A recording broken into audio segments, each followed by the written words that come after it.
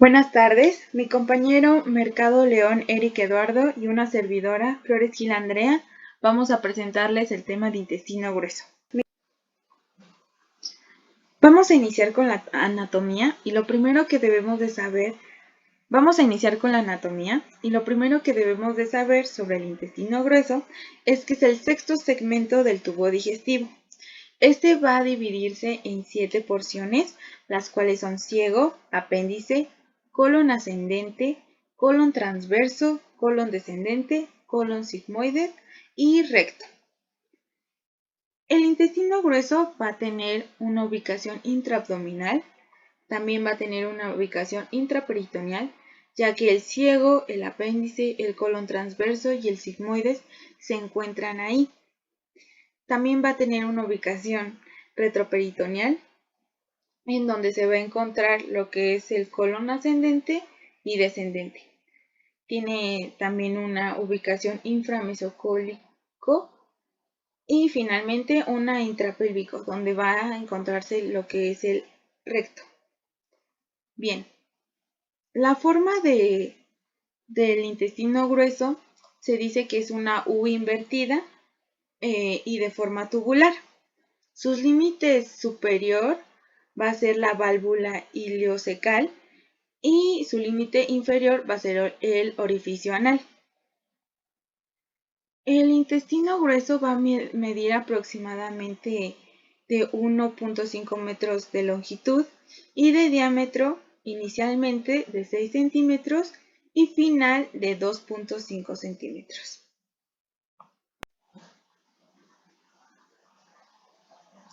En cuanto a las relaciones del intestino grueso, tenemos que sus relaciones superiores van a ser con el hígado, el estómago y el vaso. Sus relaciones, tanto lateral derecha como lateral izquierda, van a ser con la pared abdominal. En sus relaciones inferiores va a ser con los órganos sexuales y el piso pélvico. Anterior a él se va a encontrar lo que es el ometo mayor y la pared abdominal anterior.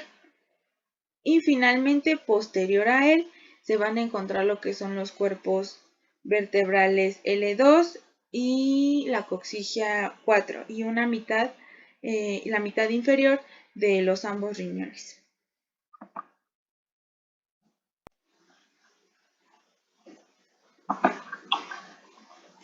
La irrigación del intestino grueso va a estar dada principalmente por la arteria mesentérica superior y la arteria mesentérica inferior. La arteria mesentérica superior va a irrigar toda la parte derecha del intestino grueso, la cual va a estar conformada por el colon ascendente, el ciego, el apéndice y el colon transverso. Mientras que la arteria mesentérica inferior va a irrigar la parte izquierda, en la cual está conformada por el colon descendente, el colon sigmoides y el superior del recto.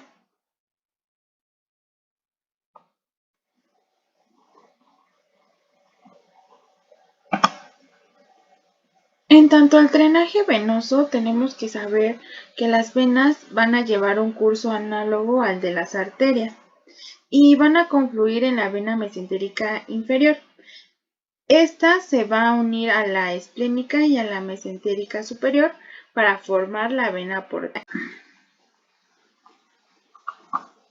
En cuanto a la inervación del intestino grueso, va a ser extrínseca e intrínseca. En cuanto a la extrínseca, va a estar dada por el parasimpático y el simpático. En el parasimpático va a ser por el vago y el plexo sacro de S2 y S4. En el parasimpático, se va a dar lo que es el reflejo de la defecación, el cual vamos a ver más adelante en fisiología. En el simpático va a estar dado por el plexo hipogástrico y en tanto en la intrínseca va a estar dada por el plexo intramural.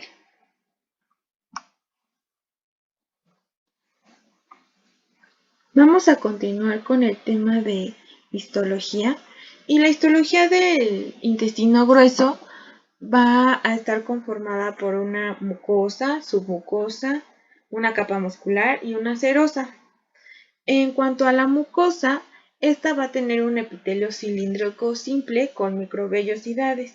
También va a contar con una lámina propia, la cual va a estar hecha por acúmulos linfoides, terminaciones nerviosas y vasos sanguíneos. Y la capa muscular de la mucosa es un estrato circular y longitudinal.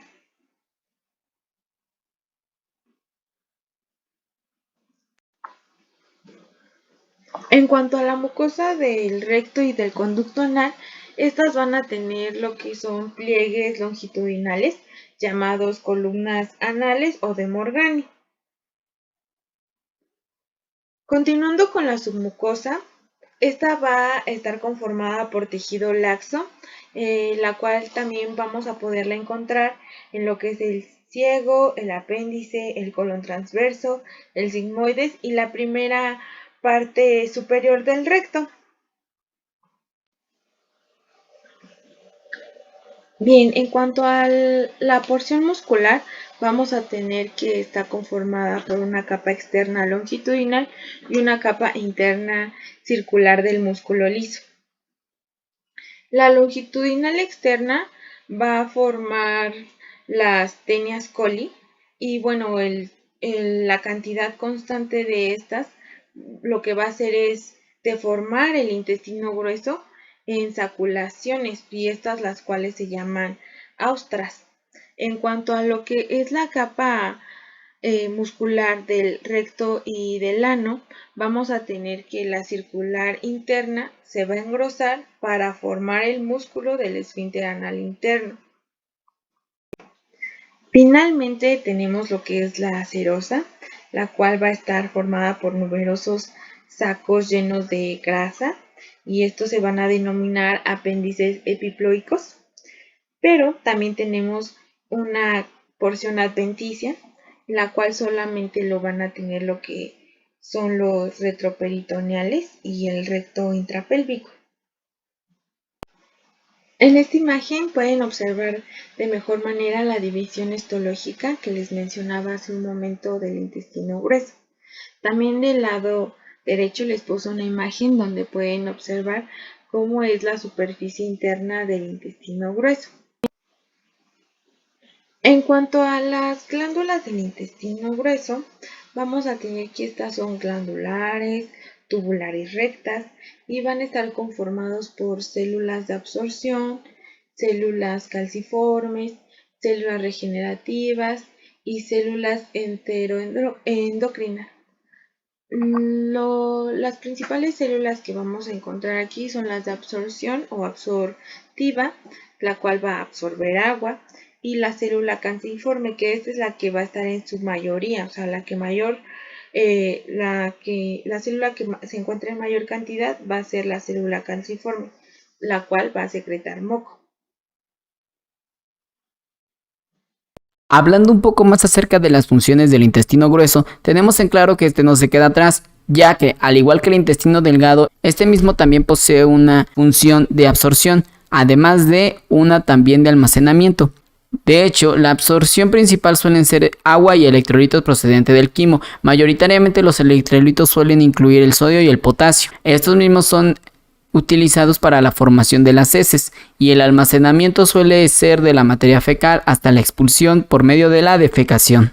Como se puede observar, aquí en esta imagen detalla mejor qué es lo que se suele absorber. Como ya había mencionado, la mayor parte absorbida suele ser agua. De hecho, una absorción máxima sería aproximadamente de 5 a 8 litros, el cual, en el caso de un exceso, este podría ser eliminado por la diarrea. De hecho, el agua es algo bastante fundamental. Como ya hemos escuchado bastantes veces, hay que tomar los niveles adecuados y esto mismo simboliza una gran repercusión en la formación de las heces, debido a que un exceso de agua puede producir unas heces bastante líquidas, lo que daría una diarrea. Y la falta de agua, al no tener algo con que diluirse y formar esa consistencia semisólida, lo que ocasiona es un estreñimiento. De hecho, la constitución acerca de todas estas heces suelen ser de bacterias, grasas, materia inorgánica, proteínas y los productos no digeridos anteriormente. Hablando un poco más acerca de las bacterias, tenemos en claro que el intestino alberga una microbiota. De hecho, esta misma microbiota es de bastante importancia, puesto que cuenta con microorganismos anaerobios, específicamente con gram negativos, ya que tienen una función de sintetizar. De hecho, suelen sintetizar biotina, niacina, ácido fólico, ácido pantoténico, vitamina K2 y amonio, e inclusive también gases intestinales como escatol, ácido sulfhídrico, dióxido de carbono, metano, butano y cadaverina. A modo de resumen, aquí se observa de mejor manera las funcionalidades del intestino grueso. Hablando un poco más acerca de los movimientos, tenemos que este mismo tiene unos movimientos de mezcla, contando con una constricción de 2.5 tenias cólicas y una masa longitudinal concentrada en 3 bandas. De hecho, estos mismos movimientos son gracias a las austras, con una intensidad máxima de 30 segundos y desaparece a los 60 segundos o al minuto. De hecho, estos mismos movimientos, como se puede observar aquí, son de segmentación y peristaltismo. Los de peristaltismo simplemente van llevando el quimo de manera un poco más pasiva, y el de segmentación es el que tiene una mayor relevancia, puesto que este mismo va ocasionando este tipo de mezcla, teniendo así esa consistencia, como ya se había mencionado, semisólida de las heces. Los movimientos de mezcla tienen un avance de 5 centímetros por minuto. Pasando un poco más acerca de los movimientos de propulsión, suelen durar entre 8 a 15 horas, donde el quimo pasa de la válvula ileocecal hasta el colon, y este mismo pasa de tener una consistencia semilíquida a semisólida. Estos movimientos de propulsión suelen depender de los movimientos en masa, que ocurren de 1 a 3 veces al día. Hablando un poco más acerca de los movimientos de masa, estos son en forma de anillo y se suelen contraer. De hecho, 20 centímetros un poco más distales al anillo suelen perder sus austras, y al contraerse simplemente van empujando la materia fecal, lo que se conoce, como ya había mencionado, movimientos peristálticos. Continuando un poco más acerca de los movimientos de propulsión, la contracción con más fuerza, como ya se había mencionado, suele ser durante 30 segundos y cuenta con una relajación de 2 a 3 minutos, y al momento de que las heces hacen llegar al recto suele aparecer el deseo de defecar. Específicamente hablaremos de esto un poco más adelante. Hablando un poco más acerca de la defecación, el goteo continuo de esta materia fecal es evitado gracias a la contracción tónica. Por un lado tenemos al esfínter anal interno, que suele ser involuntario, y este cuenta con un músculo liso circular. Y por otro lado tenemos al esfínter anal externo, que cuenta con un músculo voluntario estriado, todo gracias al nervio pudendo.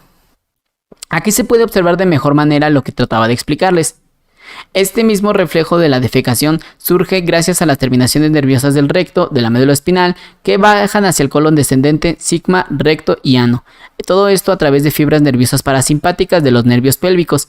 Y como puede observarse en la imagen, cuando el bolo fecal pasa a través del recto, las paredes se distienden y al momento de ser distendidas surge el deseo de defecar. Sin embargo, este mismo goteo es inhibido, como ya había mencionado anteriormente, gracias a que este mismo esfínter externo suele ser voluntario. De hecho, aumenta mucho la intensidad de los movimientos peristálticos y relaja el esfínter anal interno. Hablando un poco más acerca de la secreción, como ya había mencionado, secreta agua y bicarbonato, y esto es dado gracias a las criptas de Lieberkühn. De hecho, estas mismas, a diferencia del intestino delgado, carecen de vellosidades y predominan las células productoras de moco, cosa que ya había mencionado anteriormente. Esto mismo sirve de ayuda principalmente para la protección de la pared, además de que adhiere el material fecal, protege de la actividad bacteriana y mantiene también alejados a los ácidos fecales. Así también las criptas de Lieberkühn. De igual manera, las criptas de Lieberkühn también secretan de manera mínima enzimas digestivas, y los estímulos para la secreción de este mismo moco suelen ser gracias a los nervios pélvicos debido al estímulo parasimpático. Hablando un poco más acerca del estímulo parasimpático o la estimulación, recordaremos que este mismo aumenta el nivel de secreción, y este mismo es dado en la parte proximal por el nervio vago y en la parte distal por los nervios pélvicos, como se puede observar. El estímulo parasimpático intenso, a menudo dado por emociones, puede inclusive hacer que el intestino grueso expulse moco viscoso inclusive cada 30 minutos, y cuando se suele irritar el intestino grueso, su mucosa secreta grandes cantidades de agua y electrolitos sumados a una solución viscosa normal de moco alcalino. Esto mismo provoca que se dé un rápido progreso de las heces hacia el ano, provocando así una diarrea. En cuanto a la embriología del intestino grueso, tendremos que esta es un poco corta. Sin embargo, todo proviene del endodermo y mesodermo, otorgándonos así 3 tipos de intestino: el anterior, el medio y el posterior, de los cuales los principales van a ser el medio y el posterior. Como se puede observar, aquí hay un esquema bastante resumido de lo que desarrolla el medio y el posterior. De hecho es bastante intuitivo, puesto que el medio va a estar iluminado de color anaranjado y el posterior de color amarillo. Por un lado, el intestino medio va a desarrollar el ciego, el colon ascendente y 2/3 partes del colon transverso. Y el posterior va a desarrollar una 1/3 parte distal del colon transverso al colon descendente, recto y una parte superior del conducto anal. En esta imagen se puede observar de mejor manera lo que les trato de explicar. Por un lado tenemos a la imagen A, que podemos ver que es un plano de sección C. De hecho es una sección transversal a través del asa del intestino primitivo medio, con una ilustración de la relación inicial de las ramas del asa y de la arteria. A su vez, se puede observar que el asa del intestino primitivo medio se localiza en la parte proximal del cordón umbilical. Posteriormente tenemos a la fase B, fase posterior en la que se indica el comienzo de la rotación del intestino primitivo medio, la cual va a contar con una rotación de 90 grados en el sentido contrario a las agujas del reloj. La rama craneal del intestino primitivo realiza hacia la derecha aproximadamente a las 10 semanas, con demostración del retorno del intestino del abdomen. Y en la imagen C tenemos una ilustración de la rotación adicional de 90 grados. Posteriormente en estas imágenes, que son la D, la D1 y la E, se puede observar que en la D, aproximadamente a las 11 semanas, hay una demostración de la localización de los órganos tras la retracción del intestino. En la imagen D1 hay una ilustración de la rotación adicional de los 90 grados de los órganos. Y en la imagen E, más adelante en el periodo fetal, habrá una demostración de la rotación del ciego, hasta su posición normal en el cuadrante inferior derecho del abdomen.